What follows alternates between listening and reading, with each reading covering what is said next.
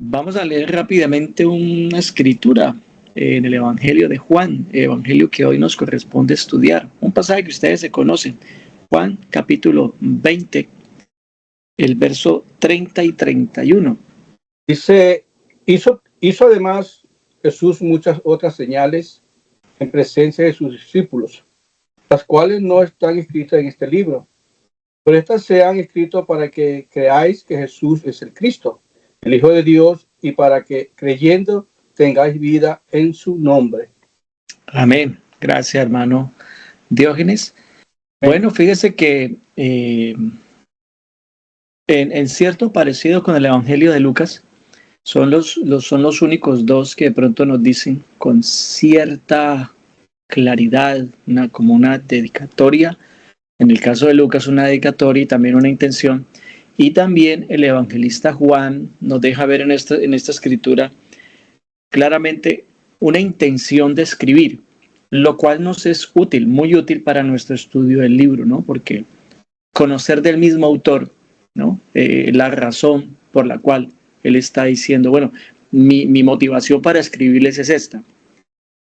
Hizo Jesús muchas señales más, las cuales pues no pude contener yo en este libro. Dice, pero estas se han escrito. Y subrayemos eso porque ahora cuando miremos el material, veremos que los milagros que Juan relata, o las señales, que es la palabra que él prefiere usar, tienen una razón, también tienen un motivo por lo cual Juan escogió esas señales. Dice, pero estas se han escrito para que creáis que Jesús es el Cristo, el Hijo de Dios, y para que creyendo tengáis vida en su nombre. Muy importante eso, entonces, no lo pierdan de vista cuando ustedes estudien el Evangelio de Juan. Recuerden esto que es bien importante. Bueno, voy a compartirles acá ¿esta qué? A ver si se nos va una ventana o se nos fue todo. Venga, a ver, yo pronto si es mejor una sola ventanita. Share window, ya. Esta. A ver. ¿Ahí la ven? ¿Sí? Share this window. Papá, se fue. ¿Cierto? Evangelio según Juan. No se ve. ¿Listo? Todavía no se ve. Ahora sí.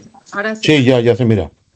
Bueno, listo. Entonces déjenme yo muevo esto para aquí para poderlos ver a ustedes también y ver la hoja, el material. Bueno, a manera así cortica de una sencillita introducción, como un datico más bien importante, antes de entrar aquí en el tema de la carta de Juan, o del Evangelio de Juan, perdón. Dios cumplió una promesa que hizo. Esa promesa la presenta Pablo en su mensaje en el capítulo 13 de los Hechos. Dios envió a su Hijo, ¿no? A su Hijo. Fue una promesa que Dios había hecho. Este fue rechazado, el Hijo de Dios fue rechazado, y el reino de Israel, o el reino que Israel esperaba, ¿sí? Tuvo que ser suspendido para dar lugar al establecimiento de la iglesia, ¿no? Esto es una apreciación muy panorámica, muy amplia, como de la dinámica de los eventos, ¿no? Dios envía a su Hijo, su pueblo lo rechaza, y ese rechazo produce o da lugar, cierta manera, o es consecuente algo que viene adelante, y es que el reino a Israel se posterga, se suspende y se da paso al establecimiento de la iglesia. Bueno, Juan describe al Salvador prometido, pero Juan lo describe en su divinidad o en su deidad, ¿no?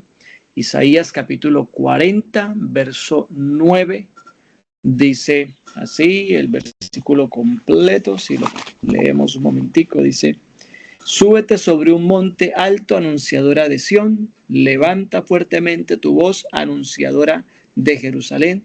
levántala, no temas, di a las ciudades de Judá, ved aquí al Dios vuestro, o vuestro Dios viene, ¿no? Que es parte del capítulo 40. Vuestro Dios viene, el versículo 5 dice, y se manifestará la gloria de Jehová y toda carne juntamente la verá. Observen eso, que eso tiene tiene un gran impacto, una gran importancia, porque la gloria de Dios en el Antiguo Testamento había estado oculta, digámoslo así, había estado fuera del alcance del ojo humano, de la presencia humana. Pero aquí hay una promesa, hermano, que se desborda, ¿cierto? Y es que la gloria de Dios estaría a la vista de la gente y al alcance de la gente, ¿no? Que es algo que vemos ya por allá desarrollado en Juan capítulo 14, ¿no? Muéstranos al Padre y nos basta. Y ahí viene la respuesta del Señor Jesús, bueno, que ustedes ya la conocen. Nos movilizamos acá entonces. La autoría del Evangelio, bueno, según Ireneo, que escribió por ahí, vivió entre el 120 y el 202.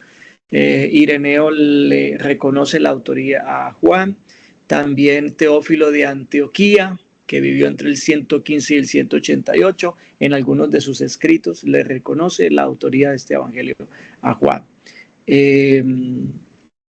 Este hombre, Teófilo, fue convertido cerca del año 160 y fue obispo entre el 68 y el 183. El autor dice ser testigo ocular de muchas cosas, entre ellas su gloria y la resurrección.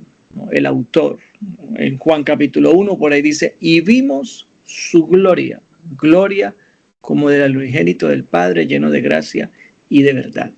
Observe que enlace, ¿no? Isaías dijo, y se manifestará la gloria de Jehová. Y por acá Juan, en una dimensión distinta, tuvo acceso a esa gloria cuando dice, y vimos su gloria, aludiendo al día que estaban en el monte de la transfiguración, él y los otros dos apóstoles. Lugar y fecha,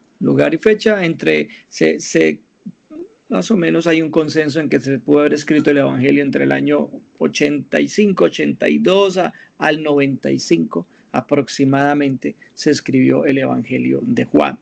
Solo el 8% de este libro está presente en los demás evangelios. O sea que el 92% del libro de Juan es propio de Juan, del Evangelio de Juan. El contenido es propio del Evangelio.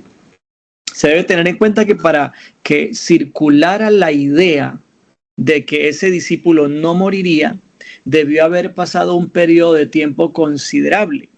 Ireneo dice que lo escribió mientras estaba en Éfeso, o sea, el Evangelio de Juan. Mientras estuvo en Éfeso, Juan escribió el Evangelio, eso dice Ireneo, y eso sucedió al final del siglo aproximadamente.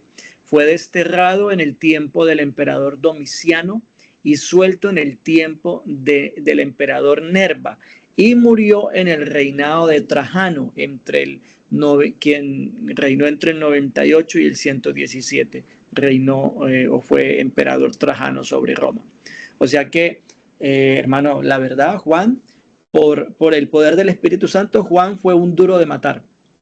¿Sí? Porque el hombre estuvo durante varios emperadores en turno en Roma, sí, Dios le perseveró o le preservó la vida a Juan de manera milagrosa, según dice la tradición. Fue el último escrito entre el 50 entre 50 y 60 años después de los acontecimientos. O sea, es el último escrito bíblico, ¿no?, que tenemos, que está en la Biblia, que hace parte de la Biblia, es el último, que más o menos la distancia que hay es de 50 o 60 años después de los acontecimientos. Lo que Juan relata, ¿no? Lo último que Juan relata, pues, es la resurrección de Cristo, el encuentro con los discípulos, renovación de llamado a Pedro, digámoslo así, que también es algo muy bonito porque solamente Juan lo menciona. Ahora miraremos eso. Bien, hagamos aquí unos apuntes generales del Evangelio como tal.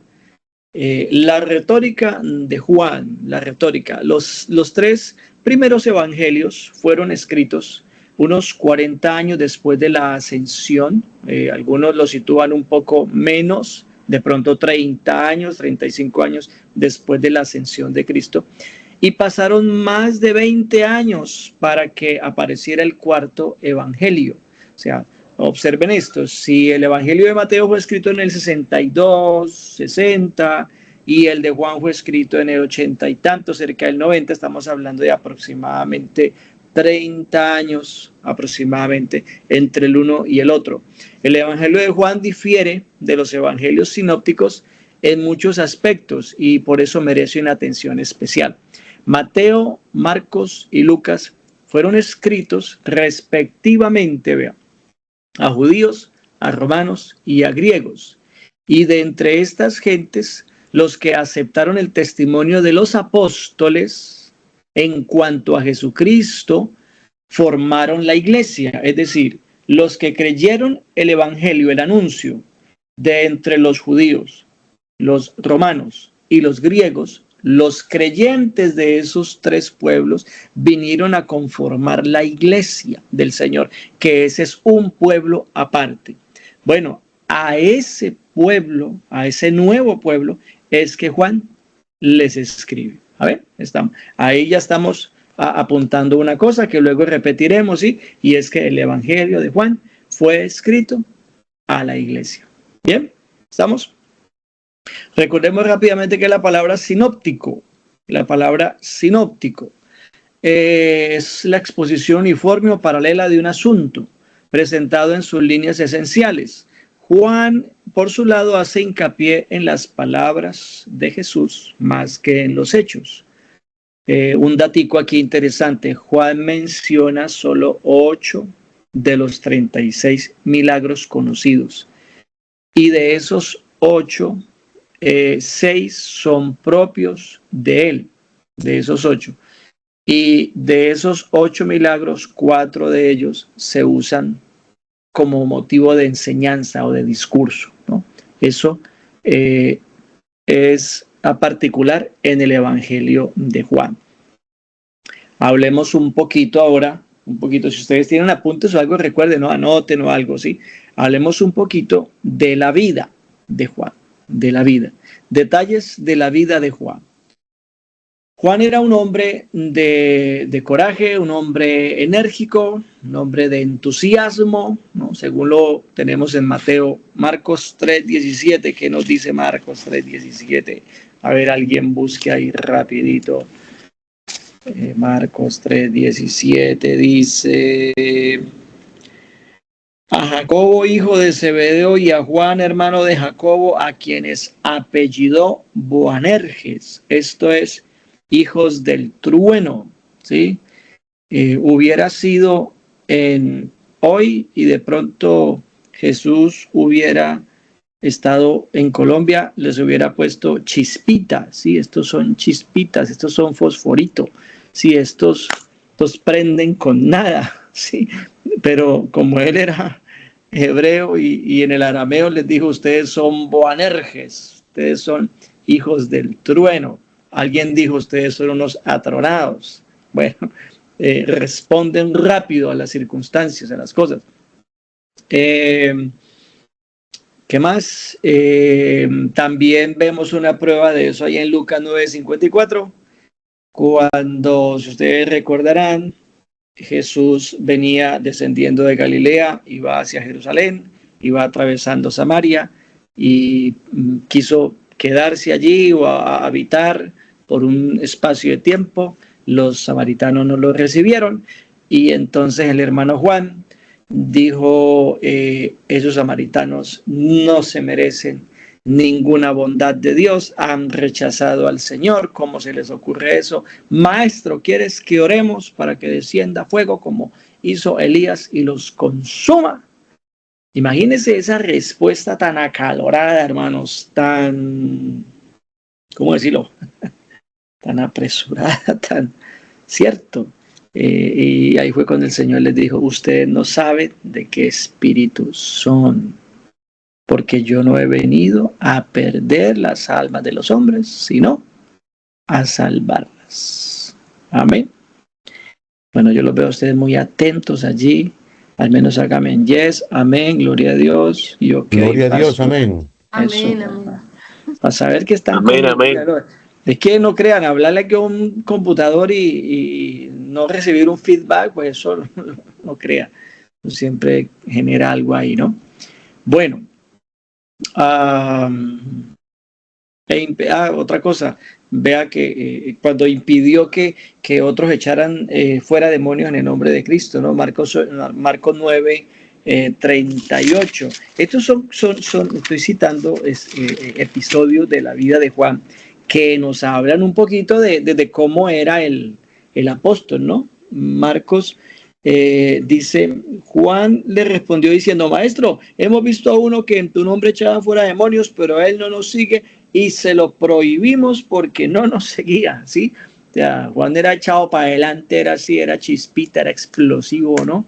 Bueno, ¿qué más encontramos? Fue hijo de Zebedeo y Salomé, según Marcos 15:40, posible discípulo de Juan el Bautista, posible discípulo, según el mismo Evangelio capítulo 1, cuando nos está narrando de que vinieron 2 discípulos a Juan el Bautista y Juan, viendo a Jesús, les dijo, vean, él es el Cordero de Dios, y el escritor del Evangelio dice, uno de esos discípulos era Andrés, ¿sí?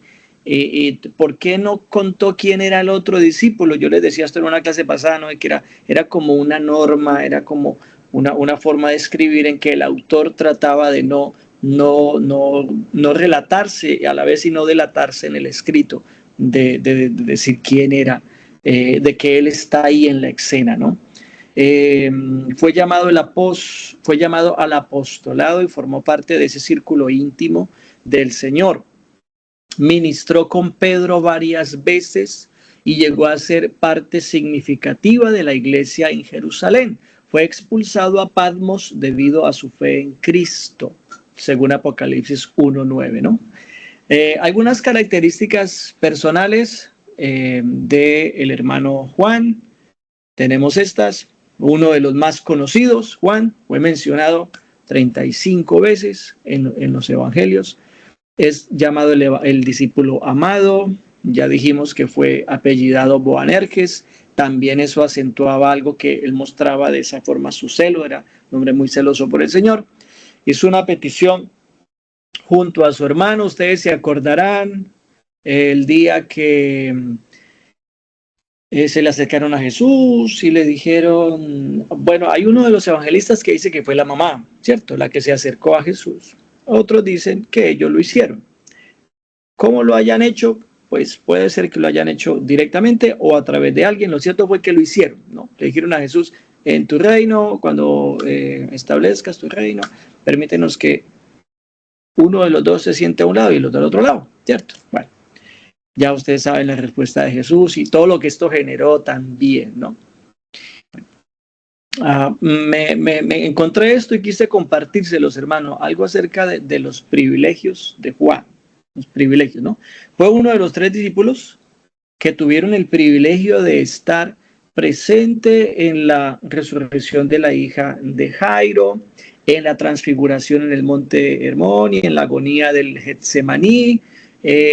Sus muchas relaciones o sus muchos conocidos le permitieron estar presente en el proceso y juicio del Señor Jesús, según su evangelio, capítulo 18, verso 16. Probablemente fue también el único discípulo presente en la crucifixión, muy posiblemente. Los demás, acuérdense que cuando usted lee los evangelios, los demás ven la escena de lejos, pero Juan está cerca, y ahí es cuando el Señor le dice, hijo, he ahí a tu madre, madre, he ahí a tu hijo, ¿no? Y hace ese tipo como de encargo a Juan de que a partir de ese momento se hiciera cargo de la atención de su madre, ¿no? De María. Además, dejando atrás a Pedro, fue el primer discípulo que llegara a la tumba vacía después de la resurrección y el primero en reconocer al Señor resucitado en Galilea, ¿no? Como unos momentos en su vida especiales. Claro, Juan era más joven, acuérdese, ¿sí? Juan era el menor de los discípulos, le ganó a Pedro corriendo, llegó primero, pero dice la Biblia que no entró, ¿no? El que entró primero fue Pedro. Bien. Además del cuarto evangelio, Juan fue autor de 3 epístolas y del libro de Apocalipsis, lo que le constituye el principal escritor del Nuevo Testamento después del hermano Pablo, ¿no? El gran propósito de este compañero íntimo del Señor al escribir su evangelio desde la perspectiva humana, años después de haberse escrito los sinópticos, lo encontramos ahí en Juan 20:31, que fue el pasaje que leímos al principio, ¿no? El gran propósito por el cual él escribió. Pero estas señales se han escrito para que creáis que Jesús es el Cristo, el Hijo de Dios, y para que creyendo tengáis vida en su nombre. De ahí se desprenden muchas cosas que vamos a ver ahora. La presentación que hace Juan de Jesús, el uso que Juan hace de los milagros, pero que él no usa la palabra milagro casi, sino señal, ¿no? La presentación de Jesús como el Hijo de Dios, la importancia de creer y lo que se halla en Cristo, que es la vida. Estas cosas tienen mucho valor en todo el Evangelio. Cuando ustedes lean el Evangelio de Juan, hermanos, ¿sí? Y yo les voy a dar este consejo, antes de que terminemos la clase, ¿sí? Procuren leer el Nuevo Testamento sin los títulos y sin división de capítulos. Si ustedes quieren ser estudiantes de la Biblia, apliquen ese principio algunas veces cuando ustedes lean. Digo, otras veces será útil tener ¿dónde está eso? Capítulo tal, versículo tal. Es útil en momentos, en circunstancias. Pero para aprender el contexto, lean corrido o escuchen la Biblia sin la división de textos, ni de títulos, nada de eso. Y les garantizo que ustedes van a entender más la palabra de Dios. Se los garantizo. De pronto alguno de ustedes ya lo está haciendo, lo ha hecho. Hágalo. Porque es que la Biblia primero no fue escrita así. Eso lo hicieron luego un señor por allá en Inglaterra que iba en un carruaje y el viaje era largo y no tenía nada más que hacer y tenía la Biblia en la mano y lo hizo y le salió bien. Sí, nos es útil. Pero nosotros, si queremos entender el mensaje, debemos entender que esa gente escribiera corrido. ¿Sí? Inspirados por el Señor, escriba todo eso. Bueno. Tema de Juan, tema del Evangelio de Juan. Presentar a Jesús como Dios. ¿Amén? Presentar a Jesús como Dios. Juan 20:31. Explicación de las verdades más profundas del Evangelio. Verso clave, verso 20:31. Pero estas se han escrito, ¿no? La intención. Así comienza su libro. Esto es bien interesante también. Mire. Juan no traza la genealogía de Jesús, ni hasta Adán, menos hasta David, ¿sí? No la traza hasta ahí. En el capítulo 2, Juan da prueba, hablando de eso de la genealogía, ¿cierto? Juan arranca en el principio. Como arranca Génesis 1:1, en el principio creó Dios los cielos y la tierra. Juan dice, ¿cómo es que arranca Juan 1:1? En el principio era el verbo. Y el verbo era con Dios y el verbo era Dios. ¿Sí? Y si usted va a la primera carta, dice lo que era desde el principio. Sí. Juan tiene una intención de por qué está hablando de esa manera. Entonces no podemos ignorar eso. Estudiantes de la Biblia, eso hay que tenerlo en cuenta a la hora de leer la palabra e interpretarla correctamente. Entonces, no hay esa genealogía como Mateo o como Lucas, sino que Juan se va más atrás al principio. Testifica que vio la gloria de Dios, Juan 1:14. Y yo creo que les dije la vez pasada, en una ocasión les dije de que el Señor les había dicho a él, a Pedro y a Jacobo que no contaran nada, ¿se acuerdan? No le digan a nadie nada hasta que, pues seguramente ya la resurrección y Jesús ascendiera. Y ellos contaron lo que vieron, pero además quedó escrito. Lo hizo Juan aquí en su Evangelio, capítulo 1, verso 14, ¿sí? Y ese verbo se hizo carne y habitó entre nosotros y vimos su gloria como el unigénito del Padre, lleno de gracia y de verdad. Y el hermano Pedro, por su lado, también lo hizo. Primera de Pedro capítulo 2 o segunda de Pedro capítulo 1, es que está así, tenemos la palabra profética más segura. Porque no os hemos dado a conocer el poder y la venida de nuestro Señor Jesucristo siguiendo fábulas artificiosas, sino como habiendo visto con nuestros propios ojos su gloria. Eso está ya en segunda de Pedro. Bueno, en el capítulo 2 Juan da prueba del poder de Cristo, milagro de autoridad en el templo y de su conocimiento. Me refiero a que los milagros de Jesús o las señales hablaban de su poder, una prueba de su divinidad que Juan presenta muy prontico en su evangelio cuando está en el templo, agarra ese juguete, ¿cierto? Y él dice, escrito está, mi casa de oración será llamada. Amén. Eso es tremendo, hermanos. Eso Amén. es tremendo. No sé si agarran lo que quiero decir, la idea, ¿sí? Pero Juan está apasionado en presentar a Jesucristo como Dios manifestado en carne. Y mire cómo está escrito ahí, Juan capítulo 2. Estaba cerca la Pascua de los judíos y subió Jesús a Jerusalén y halló en el templo a los que vendían bueyes y todo eso.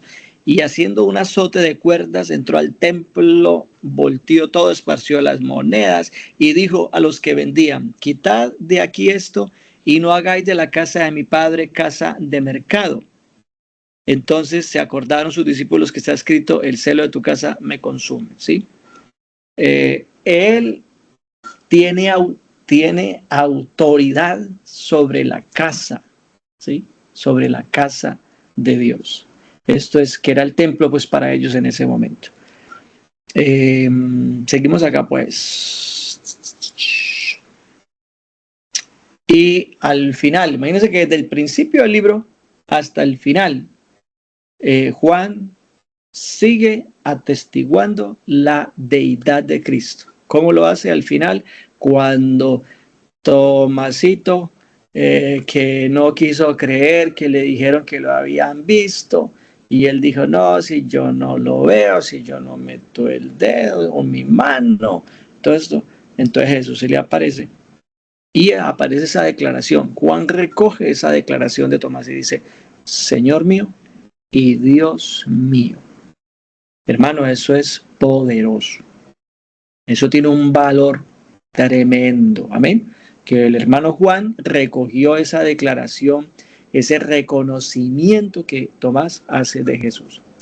Bueno, ya dijimos a quién fue escrito el evangelio, a la iglesia. La intención, Juan se propuso resolver muchos problemas que se habían suscitado respecto a la persona y a la obra de Jesús. Oiga eso, ya este no es tanto el tema, sino la intención. La intención de Juan escribir. Juan se propuso resolver muchos problemas que se estaban suscitando con respecto a la persona y a la obra de Jesús, ¿no? Como resumen, cosas particulares de Juan, la mención que hace de Juan el Bautista, ¿sí? Y ese testimonio como particular que aparece en Juan. He aquí el Cordero de Dios, la descripción que hace Juan el Bautista de Jesús como el Cordero, pero Juan el Apóstol encuentra eso importante, presentarlo, porque al hablar de Cordero, escuchen, al hablar de Cordero está ligando necesariamente a Cristo, ya en lo que es simbología o tipología, ¿sí? a su muerte. El cordero moría, ¿sí? Un cordero no era para tenerlo por ahí de bonito, amarrado, alimentándolo, no. El cordero debía morir. ¿Y por qué es importante el tema de la muerte en el Evangelio de Juan y en las cartas? Por las doctrinas pseudonósticas que ya estaban permeando alrededor de los hermanos. Esto es importante. Entonces, Juan el Bautista presentó hacia Jesús y el apóstol mete eso en su evangelio, ¿no? Otra cosa, el testimonio que Juan el Bautista cuenta de lo que pasó el día del bautismo, ¿no? Eso es importante también. Lo dice, lo recoge en palabras, dice, y yo no le conocía, pero el que me envió a predicar me dijo, sobre quien veas el Espíritu Santo, que desciende como paloma, y permanece, ese es, dice, y yo le vi, y doy testimonio de que este es el Hijo de Dios, el Cristo, ¿sí? Juan el Bautista está diciendo, y yo le vi. Juan el Bautista está contando algo que él vio y que los demás no vieron. Atención a eso, ¿sí? No se le olvide eso. Juan cuenta lo que él vio porque los demás no lo vieron. La voz la oyó él, los demás no la oyeron. Otros oyeron un estruendo, pero la voz audible la escuchó Juan. Lo mismo que lo que él vio, lo vio Juan, y por eso él da testimonio. Los discípulos que dejan a Juan para seguir a Jesús, eso son cosas particulares. El amigo del esposo que se goza y se hace a un lado. Todo eso tiene que ver con el ministerio de Juan el Bautista, que Juan el apóstol lo recoge, ¿no? Los otros evangelistas no tienen como de pronto ese detalle de recoger esas cosas. El relato del encuentro con Jesús, todo lo que pasa allí, ¿sí? Muy bonito, muy interesante. Primero Andrés, luego Felipe, luego Natanael, ¿sí? Estoy en el capítulo 1 todavía, al finalizar, ¿no? Y lo que pasa, allí aparece otra vez Juan presentando a Jesús como el omnisciente Dios, ¿no? Miren, aquí hay un verdadero israelita, dice Jesús de Natanael. Y Natanael dice, bueno, ¿y tú de dónde me conoces? Y Jesús le dice, antes de que Felipe te llamara, cuando estabas debajo de la higuera, te vi. Hermano, vea, eso hizo que Natanael cayera de cabeza y dijeron, Rabí, tú eres el Dios de Israel, tú eres el Cristo, el Señor de Israel. Eso es poderoso, o sea, todo eso Juan lo está metiendo allí porque él tiene una intención, amén, y no está inventando, son eventos reales, pero que los otros no era su intención presentar a Cristo o acentuar esos aspectos de Cristo, pero Juan sí, ¿no? Y lo que le responde Jesús también es grandísimo, ¿no? Oye, porque te dije eso, ¿crees? Y dice, oye, cosa más grande verás. O sea, si pudiste creer esto y con esto te bastó para reconocer quién soy yo, cosas grandes vas a ver. Y es cuando le dice, de cierto te digo que de aquí en adelante veréis. Bueno, y eso no sé si se lo dijo solo a Natanael o se lo dijo ahí a todos, no sé. Y eso que todavía no estaban los 12, apenas estaban comenzando a juntar los suyos, ¿no? Pero les digo, de aquí en adelante veréis que el cielo abierto y ángeles de Dios. ¿A qué se acuerda usted eso? ¿A qué le recuerda usted eso? ¿Ah? ¿Le recuerda usted eso a un pasaje del Antiguo Testamento? Jacob, a la visión de Jacob. Un hombre que vio entre el cielo y la tierra, vio una escalera, ¿cierto? Y por esa escalera subían y bajaban ángeles. Ahora aquí dice Jesús, dice, he aquí, de aquí en adelante veréis el cielo abierto y ángeles de Dios que descienden sobre el Hijo del Hombre o sobre el Hijo de Dios. Así que esa escalera, querido hermano, esa escalera que une el cielo con la tierra, se llama Jesucristo el Señor. Bueno, anótela ahí. Cuando le vaya bien en el mensaje que predique el domingo con eso, entonces también dice, gracias Señor por el pastor Brochero que nos dio ese dato especial. Amén. Seguimos. El uso de la palabra señal, bien importante esto, el uso de la palabra señal denotaba no solo poder o autoridad, sino que el milagro en sí, el milagro apuntaba o pretendía identificar a Cristo en alguna forma, ¿no? Entonces, recuerden eso porque Juan usaba la palabra señal. Cosas que produjeron el odio de los religiosos hacia Jesús, como por ejemplo la frecuente proclamación de su deidad y su relación con el Padre, y la violación del sábado. Sí, no sé si ustedes recuerdan en el capítulo 5. Bueno, lo de la violación del sábado, según los judíos, era más constante.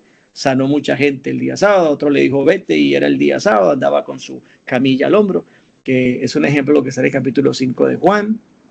El hombre el paralítico, y cuando ya Jesús lo encontró en el templo, le dijo, mira, has sido sano, no peques, no sea que te venga algo peor. ¿Se acuerdan? No era que le iba a venir un cáncer o un SIDA o algo así, no. Sino que lo peor era que pudiera morir el hombre, muriera sin Cristo. Y entonces el va y le dice a las autoridades, vea, el que me sanó se llama Jesús, es Jesús. Entonces dice que también desde ahí le tenían a Jesús ira y enojo porque porque quebrantaba el día de reposo. Entonces van a Jesús y le hacen el reclamo. Imagínense en esos judíos, ¿no? Le dicen, ¿tú por qué sanas en día de reposo? Sana otro día, hombre, pero ¿por qué el día de reposo? No quebrante el día de reposo. ¿Sí? Y Jesús les dice, mi Padre hasta ahora trabaja, yo trabajo. Yo he venido a hacer las obras de mi Padre. Y dice Juan, por esta causa los judíos lo odiaban más, porque no solo quebrantaba el día de reposo, sino que decía que Dios era su propio Padre haciéndose igual a Dios. ¿Con qué tiene que ver eso? Bueno, con su divinidad. Entonces, Juan el Bautista, por un motivo importante, está dejando eso en su libro. Amén. Bueno, eso fueron cosas que le hizo a Jesús ganarse el odio de los judíos. La identificación de Jesús como el Mesías para unos y como engañador para otros, eso está también presente en el Evangelio de Juan. La Biblia dice y algunos dudaban, otros decían, no, pero es que ese hombre engaña, otros decían, pero cuando venga el Cristo hará otras señales más de las que este hombre hace. Bueno, Juan, vea, esto es interesante. Juan el apóstol es el único que nos cuenta en detalle un poquito el pecado de Judas. Los otros no nos cuentan, pero Juan dice, no es que tuviera cuidado de los pobres, era que él sustraía de la bolsa, ¿cierto? Eso no lo dice Juan. Bueno, Juan no menciona la destrucción del templo dada en el discurso del Monte de los Olivos, pues eso ya había acontecido.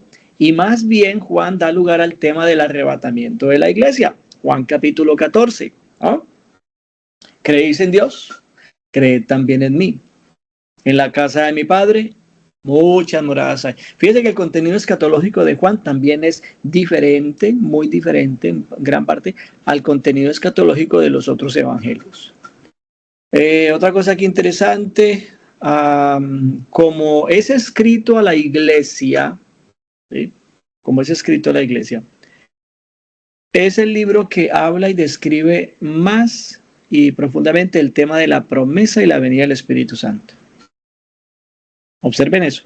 Los otros evangelios, o con el que un poquito más, el Lucas, pero es que Lucas pues va a conectar su evangelio con el libro de los Hechos, ¿no? Pero Juan habla mucho más del tema del Espíritu Santo. Alegró el corazón de ellos con la noticia de la venida del Consolador. Recuerden esto, hermanos, miren, recuerden esto. No olviden. ¿En qué año está escribiendo Juan más o menos? ¿Más o menos? A ver, ¿alguno de ustedes? No todos al mismo tiempo.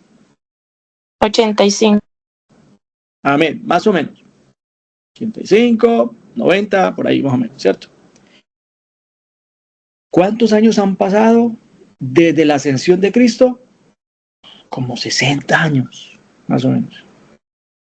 Y Cristo no ha venido todavía. La esperanza de ellos era que al final del siglo Cristo viniera.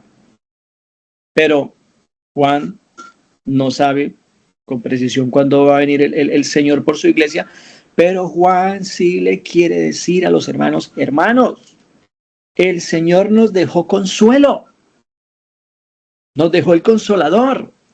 ¿Amén? ¿Por qué Juan usa el término consolador para el Espíritu Santo y no lo hacen los otros? ¿Sí? Porque la iglesia ha pasado ya muchos años. Es más, ha sufrido el martirio de los apóstoles. Acuérdate que cuando Mateo escribe y de pronto este otro, pues todavía están vivos, de pronto hasta Pedro o Pablo todavía están vivos, ¿no? Pero ya cuando Juan escribe, no, ya todos esos hermanos han muerto y el evangelio ya están empezando a perseguir a los hermanos. Pero él dice, nos dejó el consolador.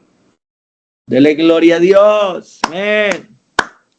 Hoy en día, hermano, hay que seguir predicando el consolador a la gente.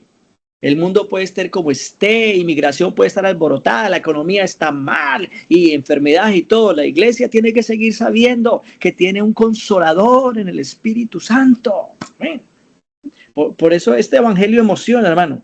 Este evangelio emociona porque este evangelio fue escrito a nosotros. Eso es importantísimo. ¿Amén?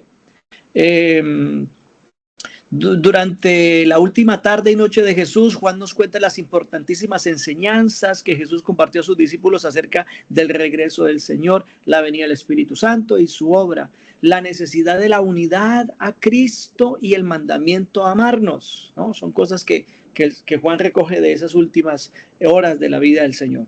La mención del papel encomendado por el Señor a Pedro, ¿sí? Al final, ayudaría a clarificar el papel de los apóstoles, a clarificar.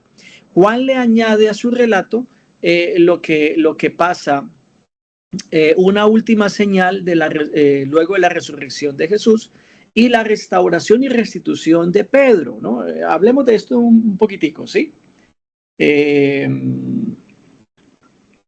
Un segundo, por favor, aquí, un segundito.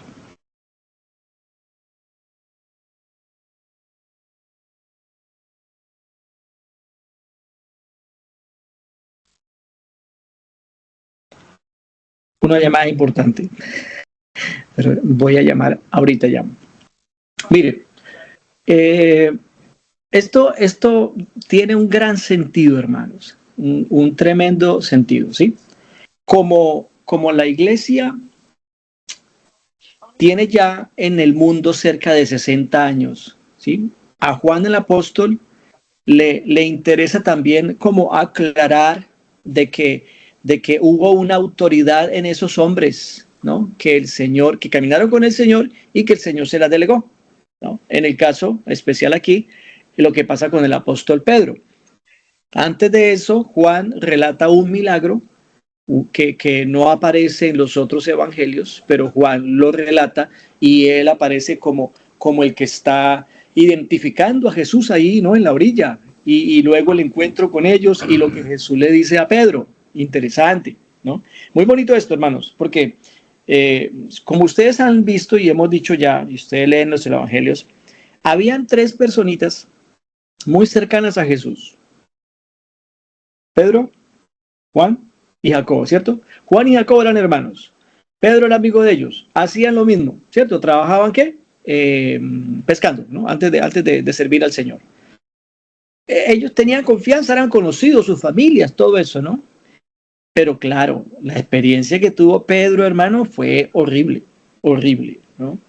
Jesús es el Señor, Jesús es la verdad, y viene y le dice, Pedro, o le dice Simón, Satanás os ha pedido para zarandearos, pero yo he rogado para que tu fe no falte. Y entonces Simón, que también era otro medio Boanerges, ¿no? Este no era tronado, pero era piedra, este era duro, ¿no? Y dice, no, si me es necesario, yo moriré por ti. Y Jesús se la aplica todavía más fuerte y le dice, morirás por mí esta noche, antes de que el gallo cante 3 veces o 2 veces, tú me habrás negado 3. Y todavía dice, no, así no será. Y los 11 dijeron lo mismo, no. Hermano, si Jesús les dijo que le iba a pasar, ¿Qué le costaba ser humilde y decir, ay Señor, ayúdame para ese momento duro? Sí, me va a venir. No, pero esa era su naturaleza, su temperamento, ¿no? Impulsivo, y Pedro salió así, dijo eso. Hermano, y le vino, y cuando le vino, Pedro queda, hermano, por allá como un zapato, sintiéndose mal, llorando, apartado. Y si usted lee Mateo, Marcos, Lucas, todos presentan a Cristo, negó a Jesús, quedó mal. ¿Sí? No cuentan el detalle que Juan cuenta. Pero Juan, como amaba a Pablo, a Pedro, eran amigos, eran panas. Entonces Juan cuenta ese detalle. Y Juan no deja a Pedro llorando amargamente afuera, no. Juan nos cuenta, oye, no, pero Jesús por allá lo encontró, habló con él, lo restituyó, lo levantó. Amén. Entonces, eso tiene un valor importante del evangelio de Juan. No solo porque él piensa en su amigo, ¿cierto? En Pedro, y dice las cosas como fueron, sino que también está relatando de Jesús como su amor, su misericordia, ¿no? Su trato hacia alguien que ha fallado por tonterías, ¿cierto? No por un corazón malo, pero que Dios lo restituyó, el Señor lo restituyó. Amén. Es importantísimo eso. Gloria al Señor. Bueno, consideraciones de Juan. Esto de Juan todavía pica y se extiende, mis hermanos. Entonces hagamos lo siguiente. Vámonos aquí a un breve break. ¿Listo? 5 minuticos y regresamos. Bueno, para que sigamos aquí con esta temática bonita de las consideraciones especiales de Juan. Bueno, no les bendiga. Ya regresamos. Bueno, seguimos aquí con unas consideraciones especiales del Evangelio de Juan. ¿Cómo es la salvación en el Evangelio de Juan? Es equilibrada, es un acto de Dios y exige una respuesta del hombre. O sea, en ese sentido es que se usa la palabra que es equilibrada. Es un acto de Dios, pero exige una respuesta del hombre. Creo que es una apreciación con la cual nosotros estamos identificados, ¿no? Cuando predicamos el Evangelio. La salvación en Juan es por gracia o de gracia. Capítulo 4 de Juan, verso 10, dice: respondió Jesús y le dijo, si conocieras el don de Dios y quién es el que te dice dame de beber, tú le pedirías a él, ¿y qué? Y él te daría agua viva. Eso es un acto de gracia. No hay otra obra que el ser humano pueda hacer. Es importante eso. También Juan lo acentúa. Juan 6:29, ¿se acuerdan? Cuando Jesús estaba al otro lado de Galilea, hizo el milagro de convirtió los peces y multiplicó los peces, el pan, esto. La gente quiso seguirlo y Jesús luego les ¿cómo decirlo? Les descubrió el corazón, ¿no? Y les dice, ustedes me siguen no porque vieron las señales y entendieron y creyeron en mí, sino porque ustedes comieron y se llenaron. Entonces Jesús les dice que trabajen no por la comida que perece, sino por la comida que a vida eterna permanece, la cual el Hijo del Hombre o el Hijo de Dios les dará su tiempo. Ellos dijeron a Jesús, ¿cuál es la obra? ¿Cuáles son las obras de Dios? Y Jesús les dijo, esta es la obra de Dios. Una, solo una. ¿Cuál? Que creáis en el que Él ha enviado, ¿no? Los judíos, ellos estaban siempre pendientes de seguir reglas, ¿no? De seguir mandamientos. Y Jesús les dice, no, solo hay una. Y está al alcance de todos. ¿Cuál? Creer que Jesús es el Cristo, el Hijo de Dios. Bueno. La salvación en el Evangelio de Juan está disponible, está al alcance de todos. La palabra es creer, se repite como 99 veces más o menos, ¿sí? Eso es un ejemplo, es una prueba de que la salvación está al alcance de todos porque tiene que ver con creer, no con hacer, sino con creer. Primero, obviamente sí tiene que ver con hacer, pero primero tiene que ver con creer. No se le olvide de su predicador. La salvación del hombre tiene que ver primero con creer, luego con hacer. Ese es el derecho. Es la palabra pisteo que aparece allí, persuadir, fiarse de o apoyarse en. No, esa es la palabra creer o tener fe. Para Juan, el pecado básico del cual el hombre debe apartarse y abandonar, parece mucho que es la incredulidad, o sea, el problema mayor para el momento en que él escribe es el tema de que la gente no quiere creer. Y por eso habla mucho de creer. Oiga, muy parecido eso a hoy, porque ahí hoy ya había hasta conocimiento de Dios por ahí, pero la gente no quiere creer ya. Por esa fe hay eficacia en el creer, es una salvación eficaz, trae como fin la vida eterna, la posesión presente del que cree, según Juan 5:24, ¿no? Juan 5:24 Jesús dijo, el que cree en mí, como tiene vida eterna, y no vendrá a condenación, mas ha pasado de muerte a vida, lo que es que dice. Bueno, singularidad, la singularidad o la singular contribución de Juan en su evangelio. Hablando de las señales, Juan registra 9 milagros, de ellos 5, bueno, aquí escribí 9. 5 son propios de Juan, 5. ¿Cuál es? La transformación del agua en vino, la curación del hijo del noble, la curación del paralítico en el estanque de Betesda, o la sanidad del ciego de nacimiento, el capítulo 9, y la resurrección de Lázaro. Son milagros únicos que el Evangelio de Juan recoge. Las fiestas judías en el Evangelio de Juan también tienen una razón, fíjate. Juan en su Evangelio relata 3 Pascuas a las que Jesús asistió. 3 Pascuas. Capítulo 2, verso 13 hay una, la segunda está en el capítulo 5 y la última es la de su muerte, su padecimiento, que está en el capítulo 12. Pero Juan también hace referencia a la fiesta de los tabernáculos y a la fiesta de dedicación en el capítulo 10. Los discursos de Jesús tienen también gran importancia en el Evangelio de Juan. Capítulo 3 encontramos acerca del nuevo nacimiento, esa enseñanza personal, individual que Jesús le trajo a Nicodemo, la otra que tiene con la mujer samaritana en el capítulo 4, luego Jesús como el Hijo de Dios que tiene autoridad y que es Dios mismo quien da testimonio de él, capítulo 5, ahí está el trato con el hombre sano que estaba fuera del estanque de Betesda. Y observen un detallito interesante, hermanos. En Juan sobresale el hecho de que las sanidades o los milagros son hechos para revelar a Cristo, para que el otro crea y se salve. ¿Oyó? No le olvide eso. Eso es propio del Evangelio de Juan. Mire lo que le pasa a lo que Juan hace en Galilea con lo de las bodas. ¿Te acuerdas? Primero multiplica en el capítulo 2 lo del agua, ¿cierto? Convierte el agua en vino en las bodas. Pero en el capítulo 4, cuando viene este hombre, este noble, a Jesús y le dice que su hijo está enfermo, Jesús dice, si no viereis señales, no creeréis.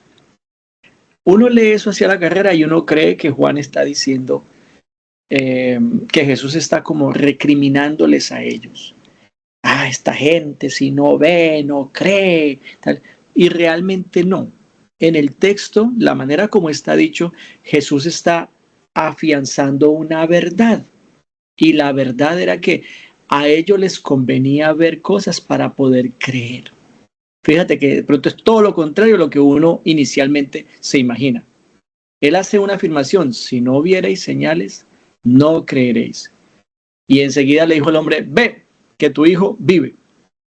¿Y qué pasa? Observen esto.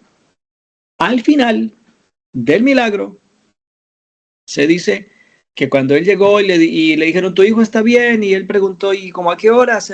¿Cómo fue el asunto? Y dice, no, ayer como a las 7 se puso mejor, empezó a mejorarse. Y dice que el hombre entendió que en esa hora fue que Jesús había dicho, ve que tu hijo vive. Y luego dice, y creyó él con toda su casa. Ahora, esa declaración de que creyó él con toda su casa no es que tuvo fe en Jesús, no, la fe la tenía él. La fe ya la tenía porque fue hasta donde estaba Jesús, lo buscó para que sanara a su hijo y Jesús no puede venir y le dice, ve que tu hijo vive. Y el hombre puso al descubierto su fe cuando él se viene confiando en la palabra de Jesús. No dudó, se vino. Entonces, él tenía fe que Jesús podía sanar. Él tenía fe que Jesús podía resucitar. Pero ahora, aquí aparece una declaración de fe en Cristo como el Hijo de Dios, como el Cristo, el Salvador. Entonces, este hombre se hizo cristiano, este hombre se hizo seguidor de Cristo, se hizo discípulo de Jesús. Eso es lo que quiere decir ese último pasaje en el capítulo 4 de Juan. Lo que quiero acentuar es esto, de que a Juan le interesa probar y a la vez con ejemplos mostrar de que hubo gente que reconoció que Jesús era el Salvador, el Mesías, y lo siguió. ¿Amén? No solo creer que él hacía milagros, sino que Jesús era quien decía ser el Cristo. Bueno, en el capítulo 6, Jesús es el pan de vida, el verdadero pan del cielo. Capítulo 7 encontramos la doctrina de Jesús. Capítulo 8, el tema de la luz del mundo. El testimonio que Jesús daba de sí mismo provocó que Jesús se refiriera al Padre nuevamente, diciendo que ellos no lo conocían. Y mira el desenlace que tiene eso, ¿no? A lo último, ¿no? Ese capítulo 8 de Juan es grandioso. Ellos no creen, o sea, acaba de librar de la muerte a una mujer. Y ese milagro, esa obra también es muy especial, cuando le lleva a la mujer la que fue encontrada en el acto mismo del adulterio. Luego se da lugar a que Jesús hable acerca de, mire, si ustedes miran ahí capítulo 8 de Juan, como él como la luz del mundo, y dice en el 19, le preguntaron a Jesús, escuche esto, le preguntaron a Jesús, ¿dónde está tu Padre? Juan 8, 19. ¿Dónde está tu Padre? Y Jesús dijo, ni a mí me conocéis, ni a mi Padre. Si a mí me conocierais, también a mi Padre conoceríais. ¿Sí? Pero hay un diálogo que sigue el diálogo. Entonces le dice en versículo 22, este hombre, ¿cómo así que, cómo es que dice de que se va y que lo vamos a buscar y no lo vamos a hallar? ¿Será que se va a matar? Y él les dice, no, es que ustedes son de arriba, ustedes son de abajo, yo soy de arriba, ustedes son de este mundo, yo no soy de este mundo. Por eso les dije, verso 24, por eso les dije que moriréis en vuestros pecados, porque si no creéis que yo soy, en vuestros pecados moriréis. ¿Y qué habían preguntado ellos en el 19? En el 19 habían preguntado, ¿dónde está tu Padre? Eso preguntaron en el 19. Y en el versículo 24 Jesús les dijo, si ustedes no creen que yo soy, en sus pecados morirán. Entonces verso 25 le dijeron, ¿tú quién eres? Entonces Jesús les dijo, ya se los he dicho desde el principio y ustedes no quieren creer, muchas cosas, Le da su respuesta. Y dice verso 27, pero no entendieron que les hablaba del Padre. O sea que, hermano, en todo ese diálogo Jesús está revelando como el Padre con ellos y ellos no lo entienden. Yo les dejo la tareita para que lo lean en la casa y descubran esa maravilla allí. Luego viene la revelación del tema de el que practica el pecado, es esclavo del pecado y que eres el libertador. Y ese diálogo con ellos entonces lo hace que ellos metan ahí. En el verso 37 Jesús dice esto, sé que ustedes son descendientes de Abraham. Estoy en Juan 8:37, pero ustedes quieren matarme, porque mi palabra no haya cabida en ustedes. Pero yo hablo lo que he visto acerca de mi Padre, y ustedes no reciben el testimonio. Ustedes no han creído acerca. Dice, pero ustedes hablan acerca de su Padre. Y ellos dijeron, no, nosotros somos descendientes de Abraham, Y Jesús les dice, si ustedes fueran hijos de Abraham, las obras de Abraham haría. Bueno, eso generó, usted sabe, ¿no? Generó un conflicto ahí de ellos hacia Jesús y todo. Y hasta le dijeron que él estaba loco, que porque quién lo quería matar. Y Jesús les dijo, es que las obras de su padre... Llega un punto álgido en ese diálogo ahí, en que le dicen que ellos no son hijos de fornicación, ¿sí? Acusando a Jesús. Eso es una acusación indirecta, muy directa, de que Jesús era de dudosa procedencia. Ya lo que se había dicho en un principio de que María había resultado embarazada del Espíritu Santo, para ellos eso era una ofensa, era una mentira, y siempre se cernía ese manto de gris de duda sobre que Jesús podía ser un hijo bastardo, un hijo fuera del matrimonio. Los judíos, y hasta el presente, en el Talmud, eso dicen de Jesús y dicen mal los judíos, hablan pestes de Jesús en el Talmud los judíos. Entonces todo esto en que desemboca en que los judíos acusan a Jesús que tiene demonio, y al final Jesús dice, bueno, si yo me glorifico, mi gloria de nada es, pero el Padre da gloria de mí, y van al tema del Padre otra vez, y llega Jesús y les dice, vea, para cerrar el discurso aquí, Abraham, el que usted dice que es su papá, Abraham se gozó de que había de ver mi vida y lo vio y se gozó. Y ellos dijeron, no, definitivamente este hombre está loco, no tiene 50 años y dice que ha visto a Abraham. Y Jesús les dice, antes de que Abraham fuese, yo soy. Oiga, hermano, y los desubicó. Se apropió del nombre santo dado a Moisés y le dice, vea, aquí estoy, el gran yo soy está aquí. Ese Juan, hermanos, Juan se mete en su teología fuertemente con la identificación de que Jesucristo es Dios manifestado en carne. Ahí está. Capítulo 10, verso 24, otra vez están ellos diciendo, si tú eres, dinos. Bueno, esto lo voy a dejar aquí para que ustedes lo puedan leer. Que son cositas que hacen parte como particulares que Juan contribuye en su evangelio. Respecto a la muerte del Señor, vea, por aquí está esto que es interesante, aunque bueno, yo aquí me estoy como metiendo mucho en el libro, pero es que Juan es un evangelio, la verdad, muy, muy importante, muy interesante y muy chévere, el evangelio de Juan, de verdad. Juan 17, ¿no? Ustedes han leído los primeros 5 versículos de Juan. En el versículo 5 de Juan, ¿cómo es que dice?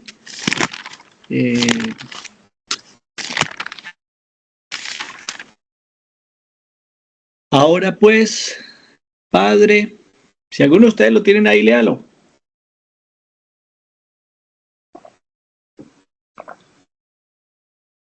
Ahora pues, Padre, glorifícame tú al lado tuyo con aquella gloria que tuve contigo antes que en el mundo fuese.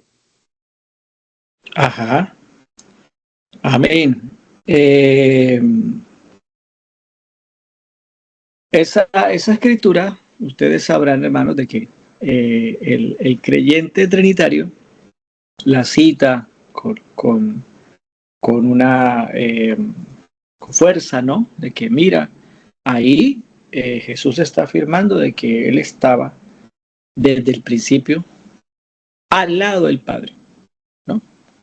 ¿Cómo es que dice? Ahora pues, Padre, glorifícame tú al lado tuyo con aquella gloria que tuve contigo antes que el mundo fuese, con aquella gloria que tuve contigo, ¿sí? Ese pasaje tiene aspectos gramaticales que hay que considerar y aspectos también teológicos que hay que considerar. O sea, la sola declaración nos forza de alguna manera a mirar gramaticalmente lo que está escrito y lo que en sí se está afirmando, ¿no? Brevemente les digo esto, mire, si usted se va atrás en el capítulo 13 del mismo Evangelio de Juan, 13, versículos 31 y 32, Juan dice así, Entonces cuando hubo salido, dijo Jesús: ahora es glorificado el Hijo del Hombre, y Dios es glorificado en él. ¿Sí? Verso 32. Si Dios es glorificado en él, Dios también le glorificará en sí mismo y enseguida le glorificará. La glorificación de Cristo no es a un lado, ni se dio en el pasado, se va a dar. Y es en sí mismo, no a un lado. Ahí muchos estudiosos afirman o creen que hay una interpolación del texto. ¿Qué es una interpolación? Es una alteración del texto. Y algún escritor, porque no hay coherencia o no hay seguimiento en la declaración que Juan hace en el capítulo 13 y la que hace en el 17. No es igual. ¿Sí? ¿Cómo es que Juan en un lado dice que Jesucristo se ha glorificado en sí mismo y aquí dice que a un lado, ¿no? Bueno, ese es un dato importante que yo se los dejo ahí.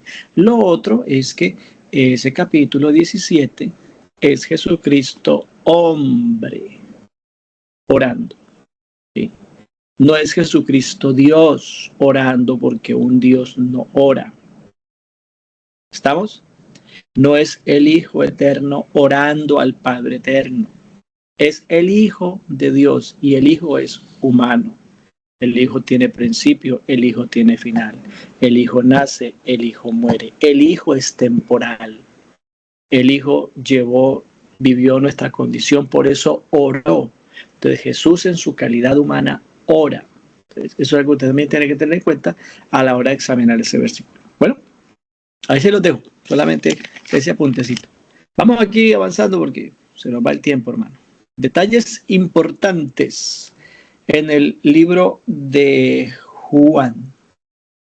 En el prólogo, ya lo dijimos hace ratico, bueno, para recapitular esto, la genealogía de Jesús no se traza hasta Abraham como Mateo, ni hasta Adán como Lucas, sino que lo hace al principio.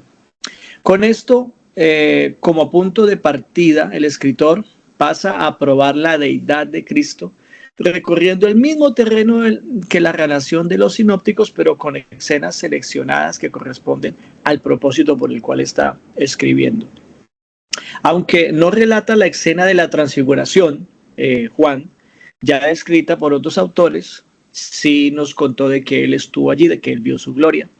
Y en el segundo capítulo presenta 3 pruebas, ya dijimos, de la deidad de Cristo, ¿no? Que era su divino poder para hacer milagros, su autoridad divina para echar a la gente del templo, y que él sabía todas las cosas, ¿no? Dice el capítulo 2 también. Dice, no tenía necesidad de que le dijeran nada de nadie porque él sabía lo que había en el hombre. Eso es importante. Bueno, el cuarto evangelio, para cumplir el propósito de probar la deidad de Cristo, relata los milagros más relevantes. Entonces está la multiplicación de los panes que le dio de comer a 5,000. La de Jesús caminando sobre el agua se menciona en 3 de los evangelios. Y aparte de estos, todos los milagros relatados son exclusivos. Después, aparte de estos milagros, todos los demás son exclusivos de ese evangelio. También lo dijimos, ¿sí? El uso de la palabra señales, más que milagros. No olviden esto.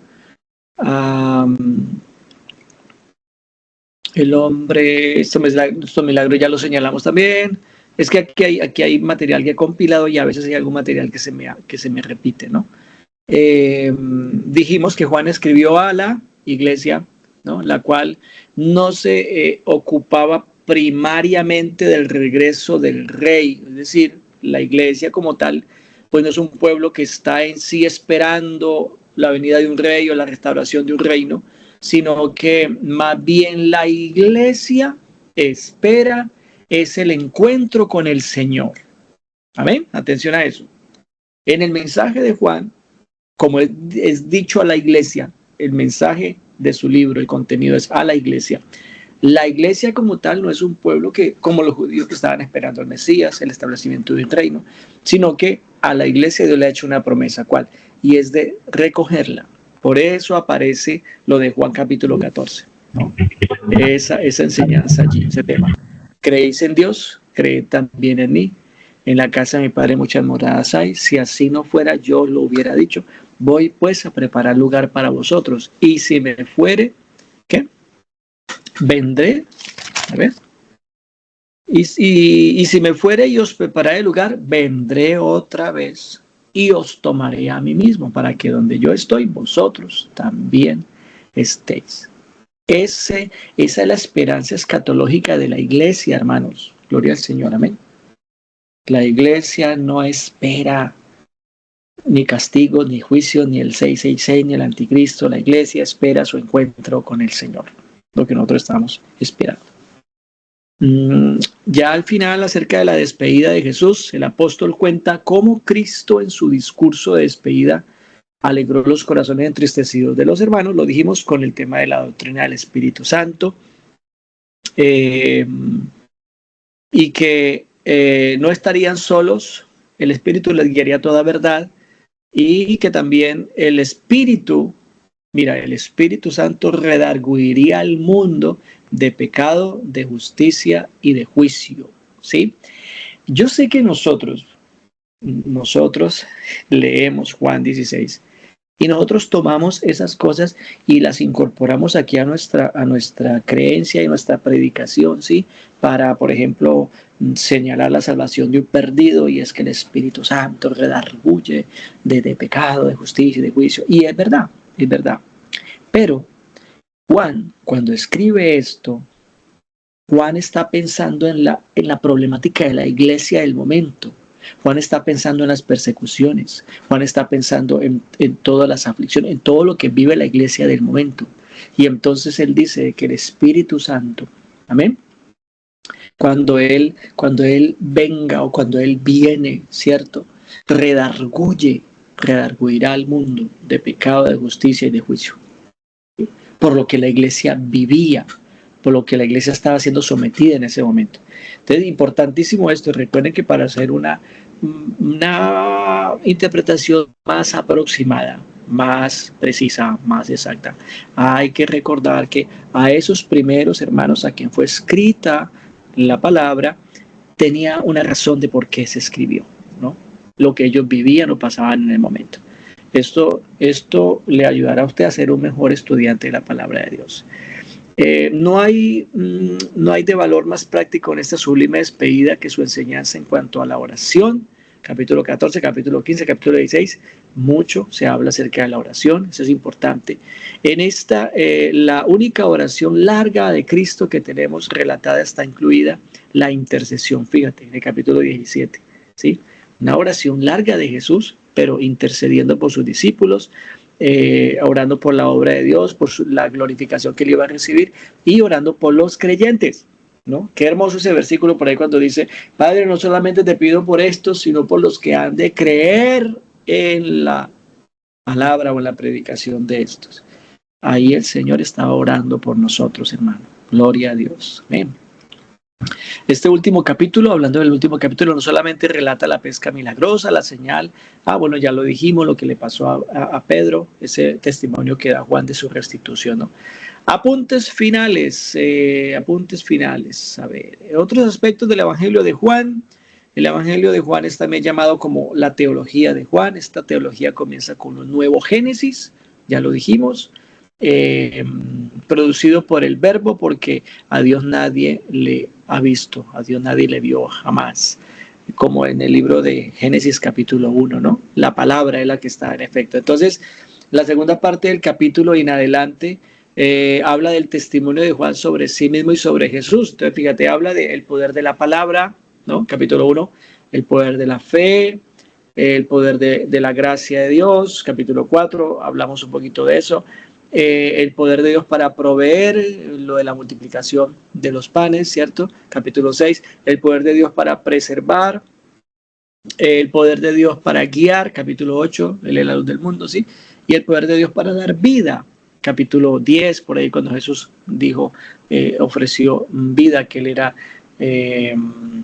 el pan de vida, más exactamente, en el capítulo 6, pero más adelante él habla de dar vida a los que creen en él. Cada uno de estos milagros tiene un amplio contexto en el cual se estudia que no fue una casualidad ponerlos en orden, en ese orden, sino que el apóstol tuvo una intención al referirse así en esos milagros para explicar como el progreso de la salvación de cada creyente, ¿no? El poder de la palabra, la fe, la gracia, Dios provee, Dios preserva, Él nos guía, bueno, y nos saltamos ahí el tema del Espíritu Santo, ¿no? Que habría que añadirlo ahí también. Hay una característica apologética en el libro, por todo lo que hemos dicho, usted podrá notar eso. Juan está defendiendo la fe, defendiendo algo. La mayoría de los acontecimientos, ya con esto terminamos, la mayoría de los acontecimientos relatados en el Evangelio fueron escritos para sustentar la fe que el pueblo de Dios, tanto en ese momento, tanto para ellos como para nosotros, o sea, en cualquier época. Este Evangelio de Juan nos es útil para, hermanos, sustentar que estamos en la fe verdadera. Amén. Estamos en la verdad. Gloria a Dios. Unos detallitos aquí interesantes. Juan y el anticristo, por ejemplo. ¿Cómo aborda Juan el tema del anticristo? Aunque no aparece en su evangelio, pero es contemporáneo, es algo que está pasando por allí alrededor. Este evangelio es llamado el evangelio a la iglesia por ser de carácter universal y por interpretar la vivencia de la iglesia. El anticristianismo que Juan enfrentó en sus días, producto tanto del gnosticismo como por la persecución del imperio, ¿no?, motivó el uso de una terminología muy particular, como anticristos, que usa Juan en sus cartas. Este término no es empleado por ningún otro escritor bíblico. Lo que se oponía a Cristo también motivó por parte del escritor el uso de términos para exaltar la divinidad de Cristo. Ejemplo, el que no tiene al Hijo no tiene la vida. Entonces, para señalar esto acá que me parece importante, ¿no? Fíjate que Juan es el único que usa esa palabra, ¿cierto? Pedro por ahí menciona un poquito de falsos profetas y también Pablo, ¿no? Usa esa expresión. Pero Juan es el que habla de anticristos o el espíritu del anticristo, lo que es contrario a Cristo. Estoy obviamente yéndome a las cartas, no al evangelio, pero hace parte de lo que del tiempo en el que Juan escribe su carta o su evangelio, perdón, ¿no? Y eso es importante, que él se dirige así a la gente opositora a la fe, por dos razones. Una, porque algunos, por causa de las persecuciones, hermano, estaban flaqueando en la fe y estaban negando a Cristo. ¿Ustedes han leído las cartas de Pedro? ¿Ustedes han leído la carta de Santiago? Léanlas y se va a dar cuenta de que esas dos cartas, sobre todo la primera, aún la segunda de Pedro y la de Santiago y la de Judas todavía, es para alentar a esos hermanos, ¿sí? Santiago dice: hermanos, no olviden que la prueba de vuestra fe produce paciencia, ¿sí? Esto, lo otro, porque había gente que estaba negando ya al Señor. Entonces, Juan tiene que referirse en alguna forma a esa gente como anticristiana. Se han vuelto a la fe de Cristo para caer en el judaísmo otra vez. Y lo otro era el docetismo, que da luego como lugar a ese gnosticismo, ¿no? Que negaban la manifestación de Dios en carne, negaban que Cristo tuviera un cuerpo humano. Por eso hace ratico les hablé de que Juan mete el testimonio de Juan el Bautista de Cristo como el Cordero, porque tenía que morir. Cristo en su evangelio muere. Los gnósticos no aceptaban de que Cristo pudiera morir porque él no tenía un cuerpo, porque de acuerdo a su creencia la materia es mala, lo único que se puede salvar es el espíritu. ¿Y cómo pueden ellos aceptar de que Dios hubiera decidido morar en un cuerpo humano, en un cuerpo material? Eso no le cabía en la cabeza a los griegos, y por eso negaban la humanidad de Cristo. De ahí que Juan en su carta dijo: cualquiera que niega, el que niega que Jesucristo ha venido en carne, este es anticristo. De ahí, por eso dice Juan esa declaración. Entonces, ese es el contexto que está alrededor de la iglesia en ese momento, hermano, cuando Juan escribe tanto el Evangelio como las cartas. Todos los escritos de Juan, incluido el Apocalipsis, se caracterizan por ser cristocéntricos. La razón es que están tratando como ese problema, ¿no?, en la época. Términos relevantes de Juan, terminamos con eso. Términos relevantes: creer, vida, hijo de Dios, son términos relevantes en el Evangelio de Juan. En Juan es relevante el término creer sin ver, porque ya habían transcurrido más de 60 años de la resurrección de Cristo, ¿sí? Es importante de que aunque no vieron, deben creer que Jesucristo resucitó. Amén. Y ese mensaje, hermano, se acomoda a nosotros hoy, igualito. Amén. Nosotros no necesitamos haber visto estar frente a la tumba o frente a la cruz para saber que murió y todo, sino que por la fe creemos. ¿Amén? Por la fe creemos. El término vida también es relevante y se usaba para referirse a que el Evangelio de Cristo sí produce resultados en las personas. Una vida nueva, una vida, nacer de nuevo, como se lo dijo Pablo a Nicodemo. Una vida diferente, una vida nueva. El término hijo de Dios es usado por Juan para combatir la idea gnóstica de que Jesús era un hombre como cualquier otro, ¿no? El término hijo de Dios que emplea Juan en su evangelio.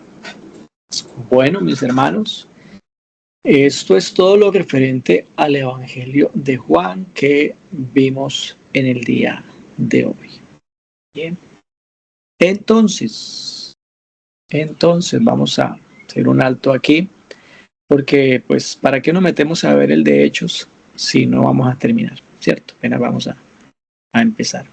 Pero tomémonos unos minutitos, tenemos todavía unos minuticos acá, no sé si hay comentarios, hay aportes, hay preguntas o algo. Aprovechemos este ratico, hermanos.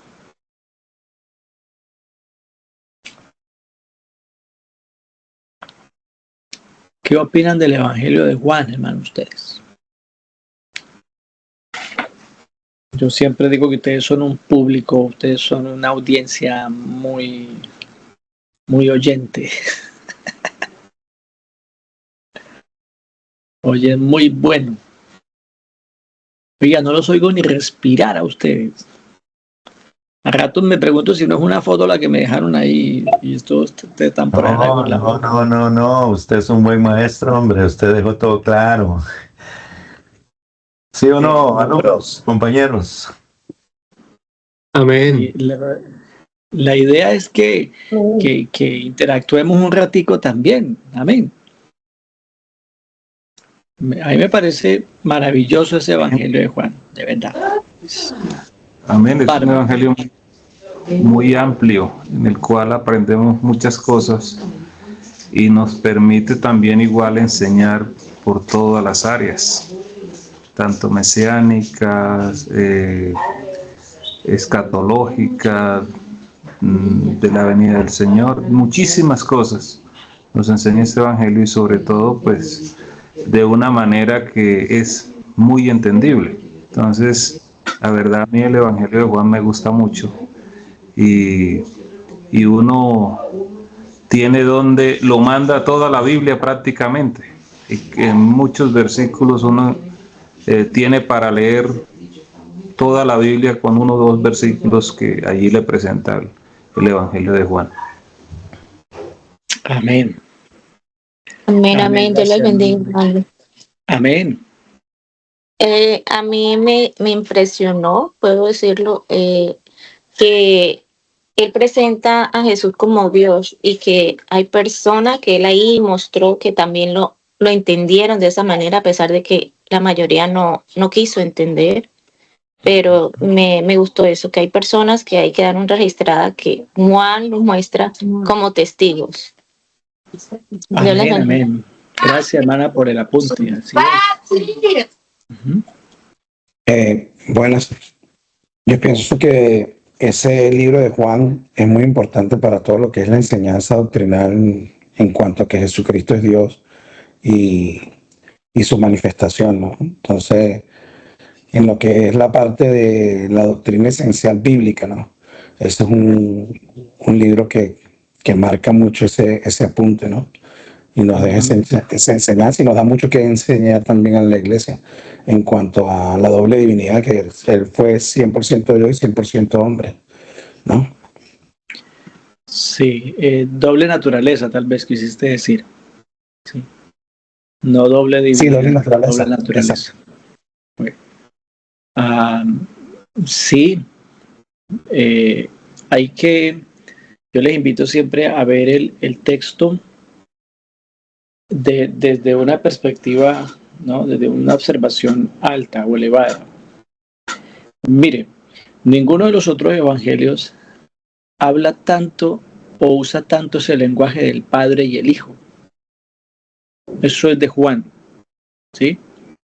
Los otros mencionan algo, el Hijo del Hombre, el Hijo de Dios, pero Juan establece una relación clara desde un principio y la reafirma y la detalla, ¿no? Por ejemplo, vean Juan capítulo 5, por ahí, dice, verso 19, por ejemplo. Dice Juan, respondió entonces Jesús y les dijo, de cierto os digo, no puede el Hijo hacer nada por sí mismo, sino lo que ve hacer al Padre. Porque todo lo que el Padre hace, también lo hace el Hijo igualmente.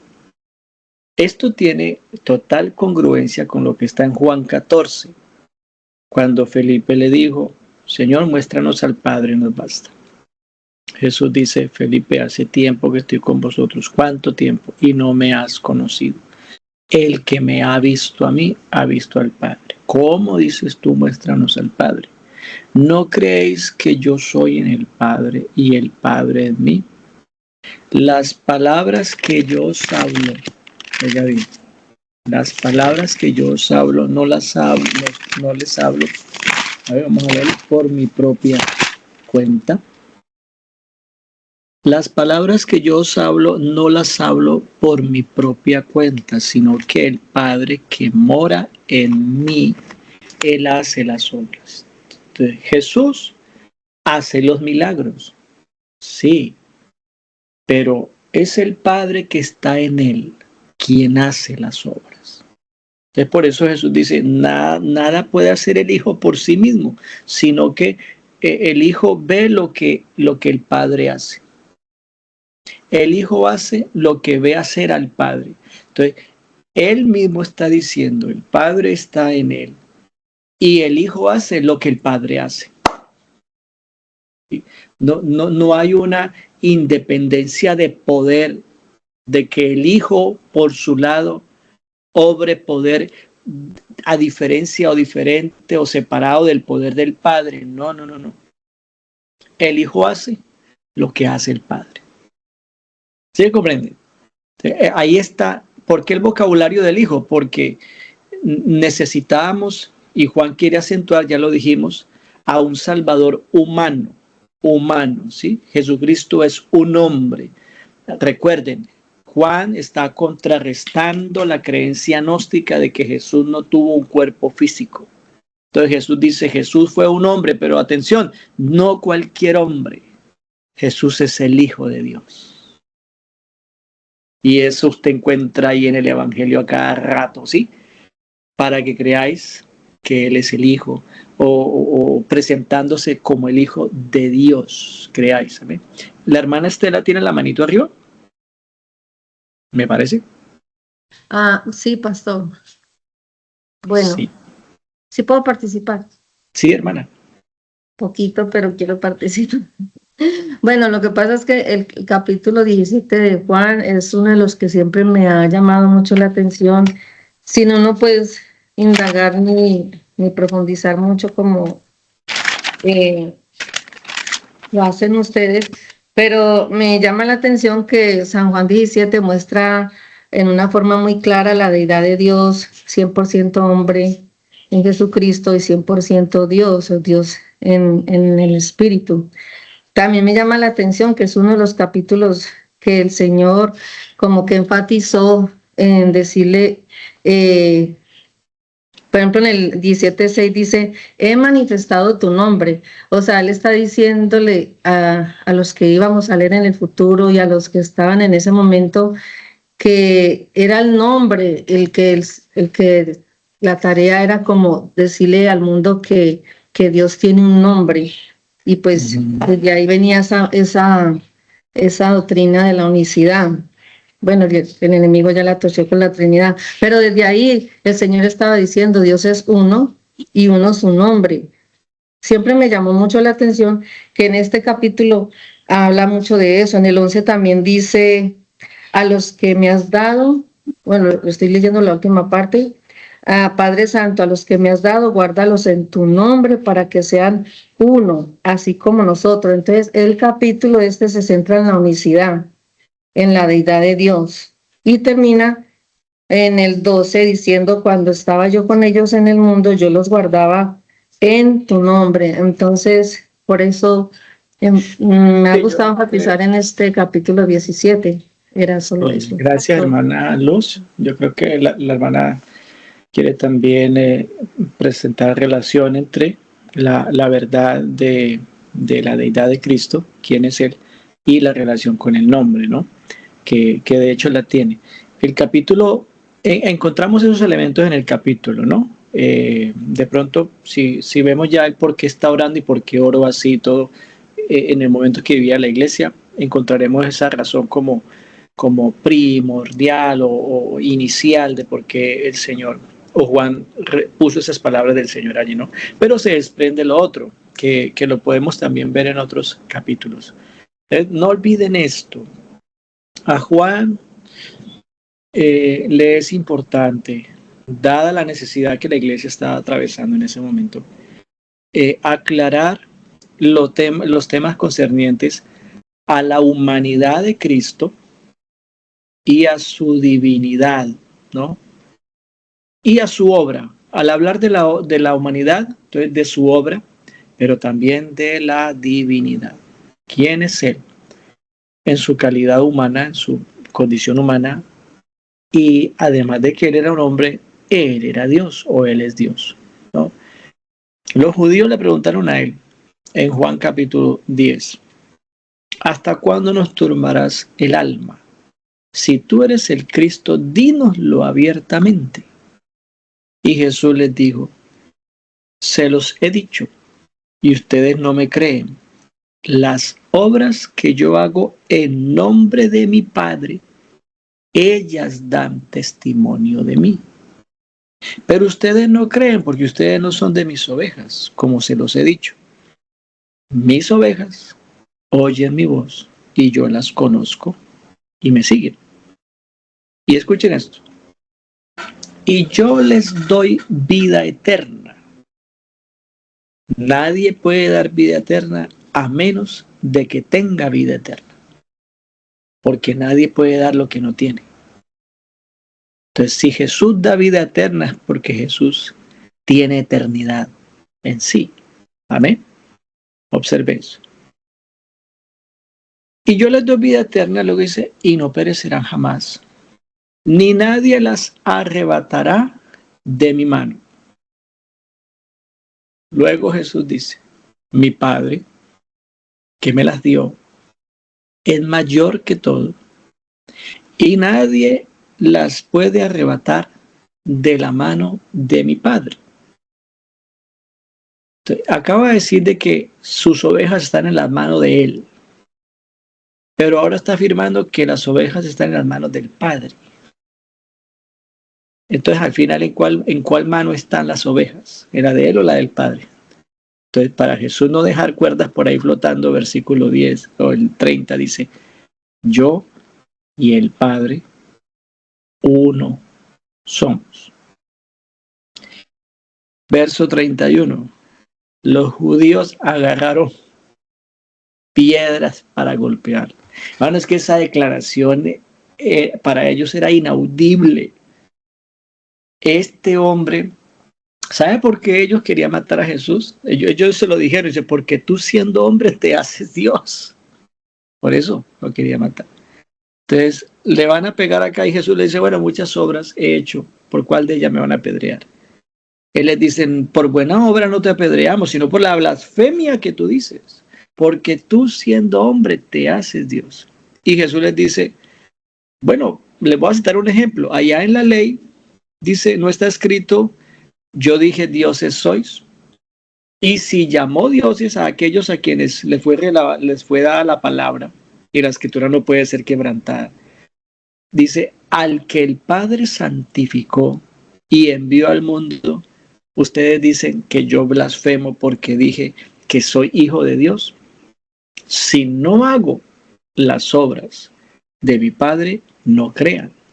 Mas si las hago, creed. Mas si las hago, aunque no me creáis, o sea, a mi palabra, creed a las obras para que conozcáis y creáis que el Padre está en mí y yo soy en el Padre.